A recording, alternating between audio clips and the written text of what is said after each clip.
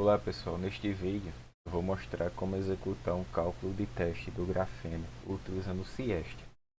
Para tal, vamos precisar de dois arquivos. O arquivo que entra com os parâmetros, que é o arquivo FDF, e o arquivo que representa o pseudo potencial, que é esse arquivo PSF. Observe bem que, como trata-se de um tutorial sobre o grafeno, vamos ter apenas o átomo de carbono, pois o grafeno é constituído apenas de carbono. Vamos analisar melhor o que seria o arquivo FDF. O FDF nada mais é que o arquivo de entrada do CIEST, onde vamos ter algumas divisões. Por exemplo, vamos ter o nome do sistema, um rótulo que damos aos arquivos de saída, o número de átomos, no caso da célula unitária do grafeno. Em questão, estamos tratando a célula unitária hexagonal, tem apenas 2. O número de espécies atômicas, que é apenas um. No caso aqui do grafeno, ele é constituído apenas por carbono. Se fosse no caso do nitreto de boro, teríamos dois tipos, né? Boro e nitrogênio. Nesse bloco aqui das espécies químicas, temos o seguinte: nosso átomo rotulado por 1, ele tem o número atômico 6. Portanto, como sabemos, ele é o carbono. E o rótulo do pseudo potencial dele é apenas 6. Observe bem que não precisa colocar a extensão do pseudo potencial aqui. Vai ser bem útil em cálculos futuros. Na questão cristalográfica temos o seguinte: temos um parâmetro de rede do grafeno, ou aproximado, visto que vamos otimizar. Temos também a forma cristalográfica da célula unitária, onde temos aqui uma célula unitária hexagonal. Essa parte dos vetores no espaço recíproco fica mais clara como estivermos trabalhando com a parte de estrutura de bandas. Por isso, vou deixar aqui comentado. Para comentar uma linha, basta colocar o hashtag à frente, ou cerquilha, né, como é o nome certo desse caractere. Em seguida, temos agora nossa amostragem na primeira zona do Brillouin, que é esse K-grid, onde vamos até um círculo ou uma esfera, dependendo de como observamos, de 25 angstrom. Esses parâmetros aqui do ciclo de autoconsistência e da forma da base que vamos utilizar, eu vou falar em próximos cálculos. O que devemos saber é o seguinte: que estamos utilizando o corte das ondas planas de 500 Rydberg, que não estamos considerando polarização de spin, e que o funcional que vamos utilizar para esse cálculo é o GGA com a parametrização PBE. Outra coisa que devemos saber é que vamos otimizar via gradientes conjugados, que é esse tipo do cálculo aqui CG. Vamos deixar a célula variar para sua configuração de menor energia e vamos utilizar os parâmetros de convergência de 0,01 para a força, parâmetro de convergência para a força, e vamos utilizar também um parâmetro de convergência para a dinâmica de 10 a menos 5. Por fim, temos aqui as coordenadas atômicas, onde vamos ter a posição do primeiro carbono e do segundo carbono. Então vamos lá, vamos rodar esse cálculo inicial. Esse cálculo inicial, costumo dizer que ele é um cálculo SCF, que é simplesmente o ciclo de autoconsistência. Eu vou entrar aqui nessa pasta, clicar com direito aqui, abrir o terminal já dentro da pasta. Supondo que você já tem o CIEST instalado no seu computador,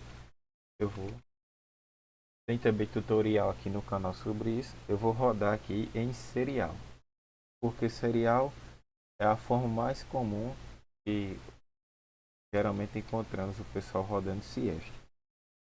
Logo em seguida podemos fazer um cálculo em paralelo que vai otimizar muito nosso tempo. Nada mais é que eu invoco o comando CIEST, digo quem é meu arquivo de entrada, que é meu FDF, e digo também qual é o meu arquivo de saída, que é meu arquivo .out. E eu quero ver, por isso esse comando T. Enter. Como é uma estrutura já previamente otimizada, vai ser rápido até mesmo para um cálculo em serial. Vamos aguardar aqui um pouco. Geralmente ele vai de 3 a 4 ciclos, ele já converge, ou seja, ele já atinge aqueles parâmetros de convergência pré-estabelecidos no input, pré-estabelecidos no FDF. Então vamos aguardar aqui um pouco ele rodar as iterações. Já finalizou o primeiro ciclo, começou o segundo. Observe o seguinte, cada ciclo desse ele termina quando atinge aqueles parâmetros de convergência. Já terminou o terceiro, o segundo está entrando para o terceiro. Esse é um tutorial bem básico, porque o intuito é que ao longo do tempo podemos nos aprofundar mais em cada termo desse, em cada propriedade que podemos calcular com o CIEST. Acabou o terceiro, está no quarto ciclo. Pronto, finalizou com 4 ciclos. Toda vida que finaliza um cálculo, aparece esse nome aqui, Job Completo. O que vamos fazer agora? Vamos utilizar esse executável XV to XSF, que vamos converter o nosso arquivo de SAI XV para um arquivo de XSF. Para isso, basta dizermos o rótulo, que seria C2. Porque isso que agora podemos visualizar isso com o Xcrisling. Então, eu quero abrir com Xcrisling o arquivo XSF, e ele tem por nome .x2 c2.xsf. Já abriu aqui, vou maximizar e vou tirar o serrilhado aqui para ficar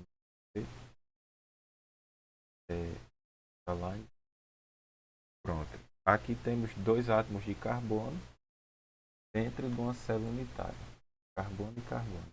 O que vamos fazer agora? Vamos construir a zona de Brillouin. Para isso, podemos ir aqui em Tools, APF. Aqui temos uma representação da primeira zona de Brillouin. O que eu gosto sempre de fazer é rotacionar aqui. Aqui você pode mexer livremente. Eu gosto sempre de deixar o hexágono aqui alinhado para que essa face aqui seja meu ponto M. Então vamos lá, vou girar aqui um pouco, marcar meu primeiro ponto de alta energia, que é o gama. Venho até essa face, que geralmente chamamos de M. Vou até essa diagonal, que chamamos de K, e volto para o ponto gama. Observe o seguinte. Aqui, vou manipular um pouco essa página. Aqui aparecem as coordenadas desses caminhos de energia. Eu vou salvar ele de que maneira? Eu podia simplesmente copiar dali, mas eu gosto de salvar o arquivo de saída, literalmente. Eu vou querer meu conjunto aqui de 4 bandas com 50 pontos ao longo. E eu vou chamar isso aqui de caminho. Vou chamar de path.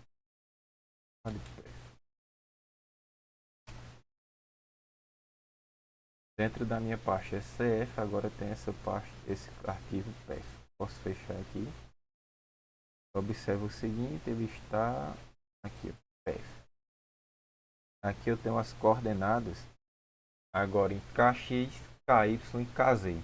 Esse primeiro ponto é o gama, esse segundo ponto pode ser o M, esse terceiro ponto é o K, esse quarto ponto é o gama novamente. Observe o seguinte, que lá o que eu havia deixado comentado no FDF era justamente isso. Caminho gama, K, M e gama novamente. Uma vez sabido de onde vem esses números, podemos tirar o comentário, novamente salvar e recalcular isso. Só que, para recalcular, eu gosto sempre de fazer uma nova pasta chamada aplicação. Agora eu vou copiar os seguintes arquivos: o pseudo, o arquivo CG, o arquivo FDF, o arquivo XV. O PF já encontra-se alterado lá no arquivo FDF, então não precisa. Ctrl C, Ctrl V. Agora eu vou navegar aqui até aquela pasta. Entrei na pasta, posso listar o que tem dentro, tem os arquivos que eu disse. Agora eu vou rodar novamente esse cálculo Com a diferença que agora eu vou rodar em paralelo. Poderia continuar rodando em serial sem problema nenhum. Porém, eu quero agilidade, eu vou rodar em paralelo. Pronto, eu coloquei 6 núcleos de processador para efetuar a tarefa que até então, na versão em serial, apenas um estava executando. Em teoria, e geralmente é isso que ocorre, vai ser bem mais rápido para efetuar esse cálculo. Ao término, pronto, já concluiu o cálculo, tanto o ciclo de autoconsistência quanto o cálculo da estrutura de bandas. Por isso ele gera aqui um arquivo .bands, tá? Aqui c2.bands. Porém, esse arquivo é um pouco complicado de se manipular. Para isso existe um executável chamado GNU-bands. Quando eu vou dar como entrada aqui a minha energia mínima, vai ser -8, minha energia máxima vai ser 8, vou transladar nossa estrutura para o nível de Fermi, eu vou dizer que é a minha estrutura C2.bands e eu quero ver ela como banda.dat. Eu já calculou, já posso fechar esse terminal. Está aqui meu arquivo banda.dat. Por que dat? Eu posso abrir com um aplicativo, por exemplo, Design Grace. Está aqui nossa estrutura de banda bem conhecida para o grafeno. Aqui onde temos o ponto de Dirac. Pronto, esse tutorial se resume a isso. E espero vocês nos próximos tutoriais.